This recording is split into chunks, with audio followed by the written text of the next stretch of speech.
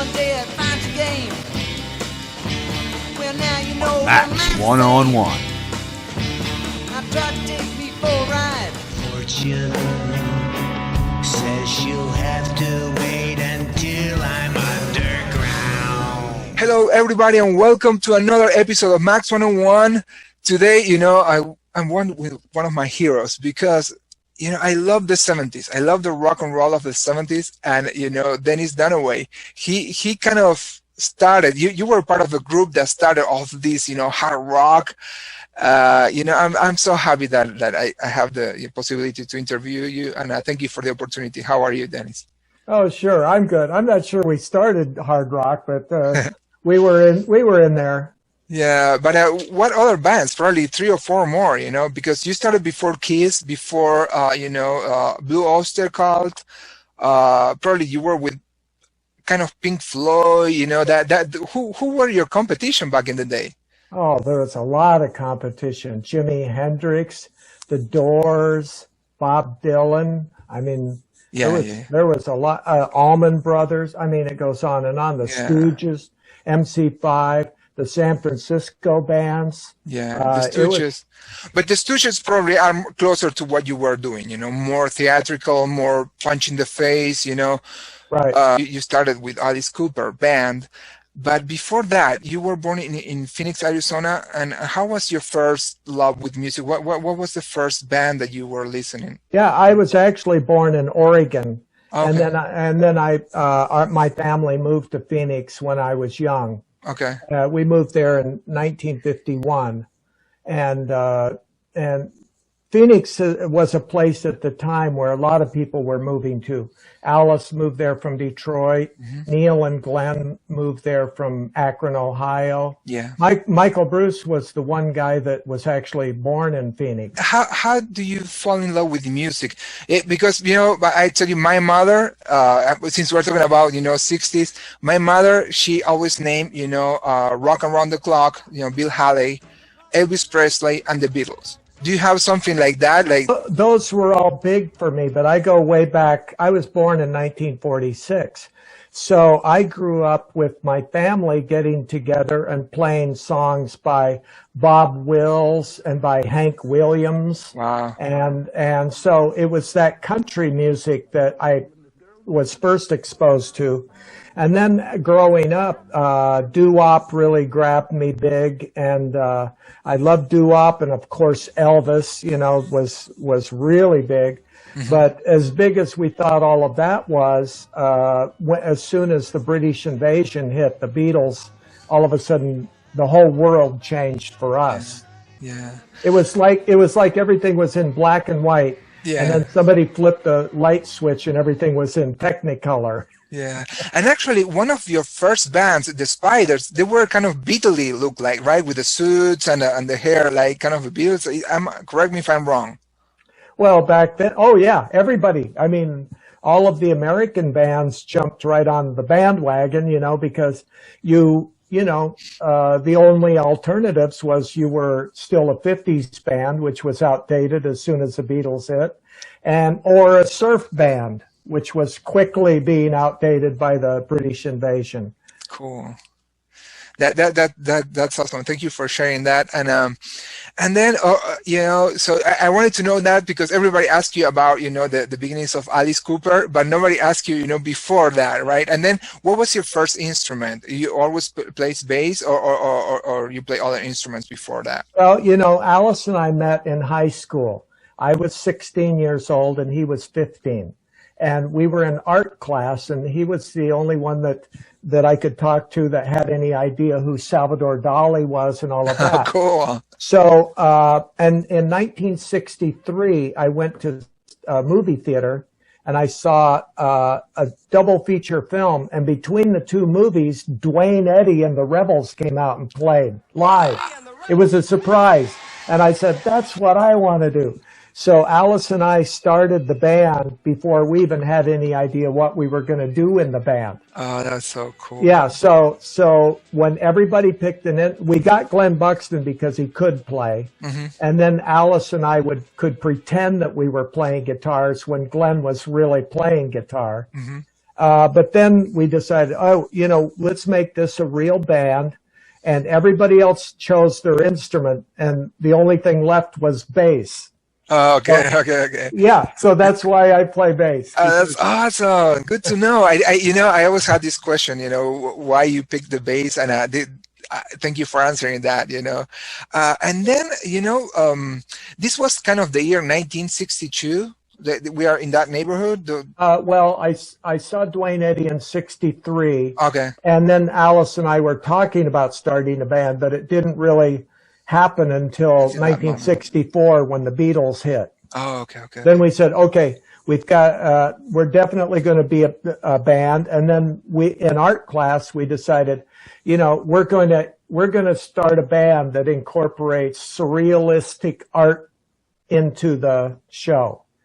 So that's because I didn't want to give up art.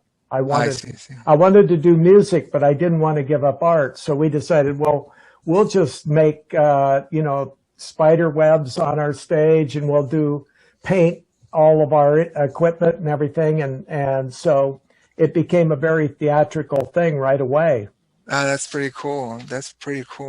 And then you moved, guys, to LA after the Spiders. You moved to LA, and yeah.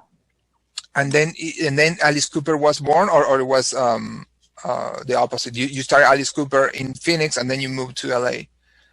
No, we were going back and forth a lot.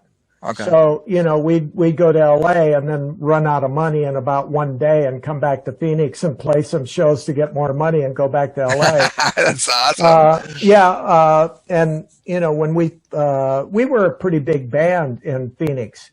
Even while Alice was still in high school, we had number 11 on AM charts, a song called Don't Blow Your Mind.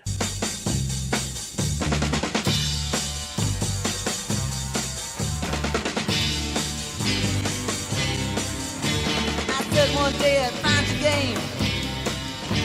Well, now you know they're not the same. I tried to take me for a ride. Now all you feel is suicide.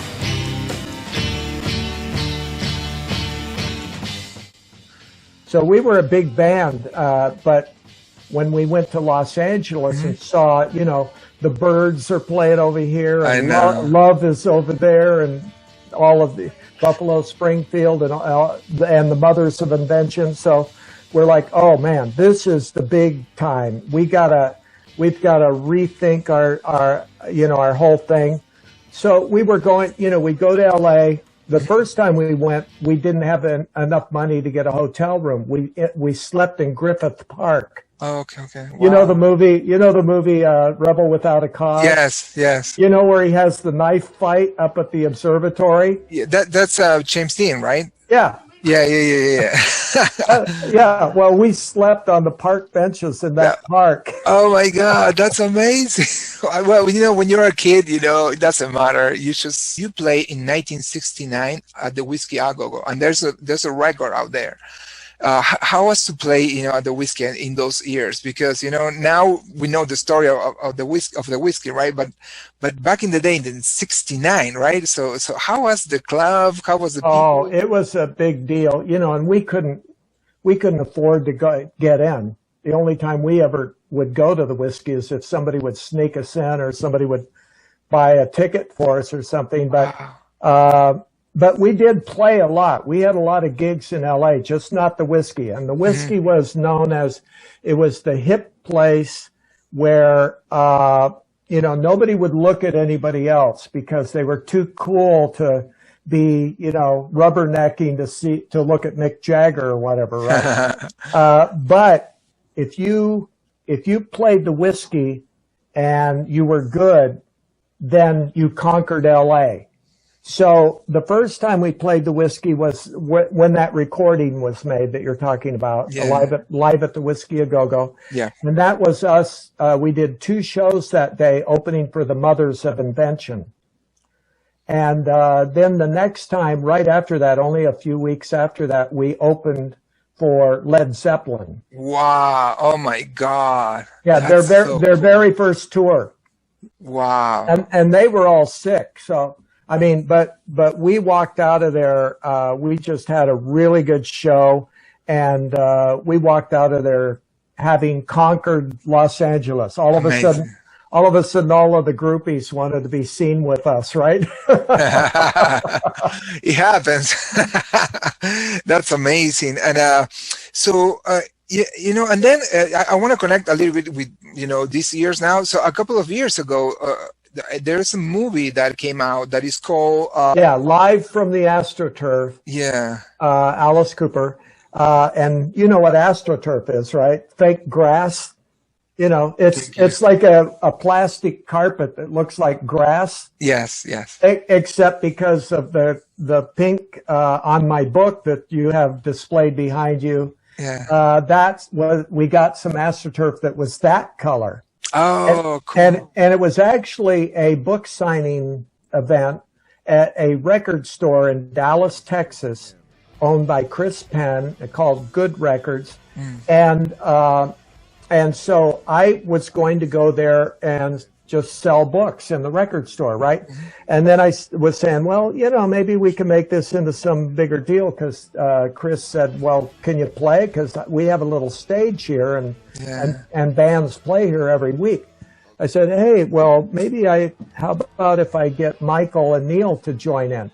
Well, later on, I found out that there was some planning going on a little bit that I didn't know about, that Alice would be there and he would have a day off.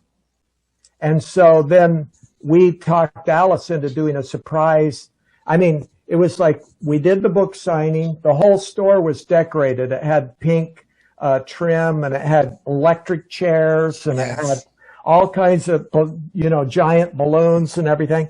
And so Neil and Michael and I did a Q&A, and then we signed stuff for everybody that was there.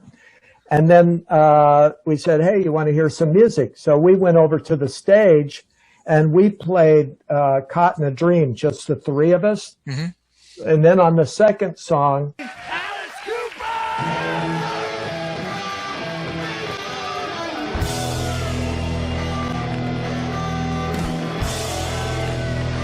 There's no bigger fan. This event is extraordinary. Chris Penn is to be commended, celebrated, honored, feted. Everyone knows this. Alice came out of nowhere. Nobody knew he was there. Wow. And it, I remember my daughters texted me later and said, Dad, I don't know what you're doing, but the internet is buzzing like crazy. Oh my God. Yeah, And that's huge. so Chris Penn said he had a friend that does film. And he said, hey, Steve, his name is Steve Gaddis. Mm-hmm. He said, hey, Steve, come down here and film this, because this is my ultimate band. And on Monday morning, I'm not going to believe it really happened. So just for his own, archives. And the thing is that Steve got a bunch of his friends. So there was, 5 cameras or something. Mm-hmm. And the recording came out really good. Exceptionally good. Wow. And after it was all done and we were all back home, then Steve said to Chris, hey, you know what? I think we got a movie here. And, we've gone around, we've done all these film festivals. It's won a bunch of awards. Live from the AstroTurfFilm.com.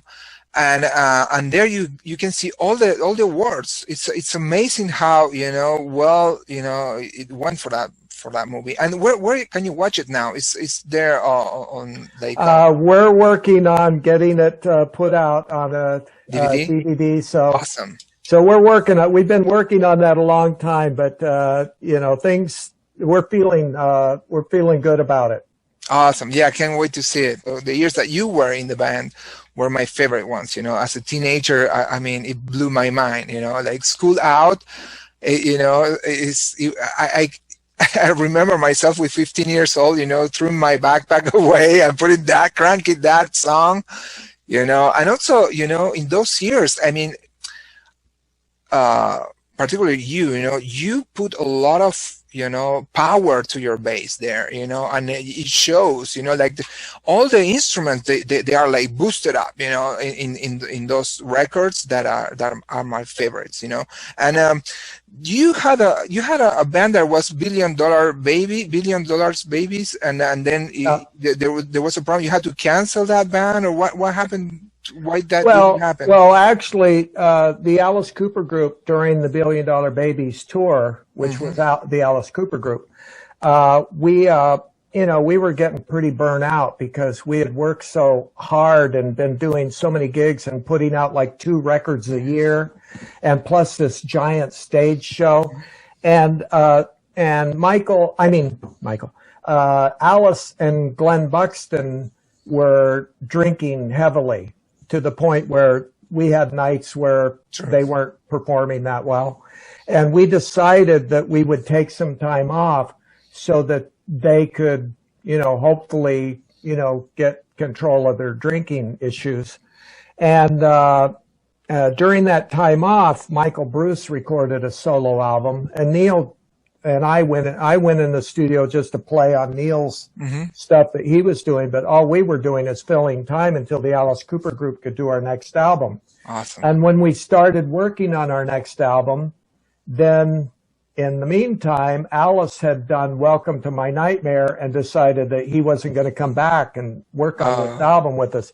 So we finished it ourselves, and we changed the name to the $1 Billion Babies. And we did 4 shows, including the Pontiac Silverdome and a stone's throw from where the band lived, on a farm in Pontiac, Michigan, outside of Detroit. And, and it was because Alice wasn't with us, we couldn't be the headliners, but we had this gigantic stage and this gigantic production. So nobody wanted to follow us, so we got stuck. We couldn't headline, and we couldn't open. Yeah. And this thing was so expensive, and it was all out of pocket, that we had to fold, unfortunately. Plus, there was a lot of emotional stuff going on, and a lot of, legal things showing up in the mailbox and all of that. A lot of stress also, that legal stuff, all the lawyers here and there, that brings stress. And all these stories that we were talking about, are those in the book, Snakes, Guillotines, and Electric Chairs? Is that in your book? That's right. Awesome. Right. And you can get that in your website, right? DenisDunaway.com. Yeah, you can get it. Go to DenisDunaway.com. You can get all kinds of stuff and see all sorts of things posted there, my blog and everything. But also the book you can get through Amazon or Barnes & Noble, and you can get it on Audible. There's an audio book that I narrated myself. Oh, those are the best. I love when the author, narrate those are the best. I'm going to buy that. I didn't know that. I'm going to buy it after this. That was one of the hardest recordings I ever did, because when you're recording in a studio, you can lock in and get all focused and play a song, and then you listen back to it, and you can kind of loosen up, right? Or you can maybe even go get a cup of coffee or something and come back and then lock in again, right? But reading this book, you have to stay the same distance from the book all the time. And you can't move your mouth. You can't lean over here. Yeah. I mean, even if you drive a car for 6 hours, you can lean this way. Of course. Oh my God. But I did it from 9:30 in the morning until 4:30 in the afternoon. Ooh, 4 days without a lunch break, even. Oh my God, that's a lot. Man. 4 days in a row. So it was. But hard. anyways, I'm pretty sure it's okay, man. I'm gonna buy it because I love the books that the author narrates, because it's also like you're telling a story. That's the difference between the author and somebody else. Somebody with a nice voice. So I feel that you guys are telling a story. But after that came out, blind people were telling me thank you for doing that. That's amazing, man. That's amazing. I didn't think about it, and that helps a lot. What, Denis? What are you up to these days? Oh, well, I worked on Alice's new album, which Detroit Stories will be coming out February 26th. Awesome. But a song that the original group recorded in Phoenix, Arizona is on it, and that will be a single that's released in Europe soon, very soon. It's called Social Debris. Social Debris. I need to write that down now.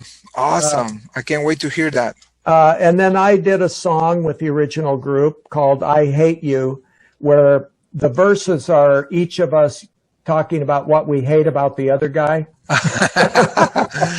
That's amazing. That's amazing. That's your song. I Hate You is not going to be released until February 26th. The album. With the album.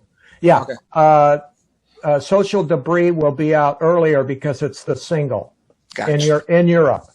But but you can pre-order the album now and then get it sooner. You know, you can actually pre-order it through Good Records in Dallas. It's called Good Records to Go. Okay. And check that out. It's because you actually get some extra special things if you order it through them. Awesome. Amazing. Tell me about the Bouchard brothers from Blue Oyster Cult. Yeah, we've got the brothers, Joe and Albert Bouchard. Joe played bass with Blue Oyster Cult, and Albert was the more cowbell guy, the drummer. And we've known each other since 1972 when they opened for the Alice Cooper Group. We used to do all of these festivals and everything together and have been friends ever since. But Blue Coop, this is our third album. And we've been together for 11 years. So the album is called 11 Even. And it's got 10 songs on it. But if you wait 11 seconds, there's an 11th song. that makes sense. You can see on YouTube, there's lots of posts. We played at the Sweden Rock Festival a couple years ago, almost 2 years ago. And that came out great. Ryan Roxy sat in with us, you know, Alice's guitar player. Mm-hmm. And we also have a single called Keep Rolling On that's posted, and that's one of the songs off of 11 Even. We're working on an animated film. For one of the songs from that album called Jump the Gun. But, you know, Joe plays guitar with us, and I play bass. Okay. And then we have Tish and Snooky, the darlings of the demented, we call them, of Manic Panic fame. And they sing on pretty much everything that we do. Awesome. They sing a lot of live shows whenever they can. They're pretty busy, but you know, Joe and Albert are so prolific. They both have new albums out. Joe put an album out, and I have other things going on. Some of them I can't talk about yet, but I have a movie called Cold, Cold Coffin, and that you can look up on YouTube. Okay. Cold, Cold Coffin. Calico Cooper is in it. Yeah. It's a song that I wrote for Alice, actually, and then he didn't use it. So I played it for a friend of mine, Peter Perenian, his son, who actually is Tish of Tish and Snooky, the singing sisters. It's Tish's husband who is in film. And I played the song for him, and he said, we have to make this into a movie. And it's actually a little bit different than a music video, because all of the lyrics are the movie. It's the plot for the movie. And Calico Cooper is in it, and then we have Tish and Snooky are in it, and it's filmed at a castle. Calico Cooper is as an actress or as a singer, or what is she? As an actress. She does mostly acting out in Los Angeles, even though her band Visto Blanco are really great. You know, I love them. But no, she's an actress, and she had to pretend. You know, I played the older, wealthy eccentric that lived in a castle, and she played the young gold digging wife, right? and so when when the doctor, in my will, I said, you get everything when I die, right? And then when the doctors are telling me that I'm going to die, I see that she's happy. So I get a glass coffin, and I have my body frozen cryogenically. Oh my God. And then I'm in the living room of this castle, and she has to live there with me. And I wait until it's time for her to die, and then I come back to life. Oh my God, that's amazing. Igor is awesome. I'm very happy that you're working with her in that movie. I can't wait. Yeah, well, I could embarrass her. I held her when she was a baby. You're kidding me. Oh my God, that's amazing. Yeah, she's awesome. I love Calico. Yeah, she's great. All of their kids are great. That was fun. And, also she's a dancer like her mother. So we had a dance scene where she dances around me frozen in the coffin. Oh my God, that's amazing. I love it. Well, yeah. You're very creative. You're very creative. Actually that film won two. It won Best Music Video in the Los Angeles Motion Picture Film Festival. And it won another one at Shock Fest. Okay. So that one is high quality as well. So all of a sudden I'm doing that, meanwhile, all of this filmmaking, my base is saying, hey, what about me? So now writing new songs and writing with various people that different things are going to be coming out soon. And those are for Blue Coop or for other projects? Oh, all different things. I write songs and then we find out where they fit, Awesome. Blue Coop, Joe and Albert are both so prolific. Every time you turn around, they've got 20 new songs. Oh, yeah. That way. But we've done a lot of gigs together. Our very first gig as a band, we didn't even have a name yet because we didn't think we were a band. We just happened to be at CBGB during the the weekend before the final weekend. And all of the New York City bands were trying to play there to try to keep it going, bring enough money for it to stay open. And so there was different people getting up on stage and people jumping down, and somebody else would play bass for a while and all that. But somebody was in the audience when it was Joe and Albert and I on stage doing I'm 18. And the guy said, I got to hire you for this gig. We're like, well, we don't rehearse or anything. He's like, no, you got to do this gig. And he offered us so much money. We said, oh, we have to do it, So, amazing. So we were in the Poconos and we started playing to the crowd was crazy. It was really great. Wow. But, we were playing surf songs and we were playing our own, Alice Cooper and BOC, of course, but we were playing like Grateful Dead and all kinds of stuff. And so we did an hour set, and then we had to come back for a second set because the crowd was going crazy. And then after that, we said, okay, this is pretty pathetic. We're down to playing surf songs. So we're in the back room thinking we're packing up. Well, we definitely gave them what they worth, I guess. And the owner came in and said, you got to play another set. They're going to tear this place apart. We're like, what? We really don't have any more songs, but we managed to go out there and started digging deep. And I mean, even if you don't have anything to play, I mean, you guys, are so, you're professionals, right? You play for so many years that whatever comes from your instruments is going to be nice, even if you're jamming. I mean, it is amazing. And well, the good thing there is Joe and Albert both have very good memories, so they remember lyrics really well and chord changes. So basically, I just tell Joe, just make sure I can see your chord hand, and I'll follow you. So there was a lot of that going on. Looking at each other's hands, and right. I love it. Yeah, I know that story. And that's a professional thing to do. Yeah. I've worked with musicians that don't do cues.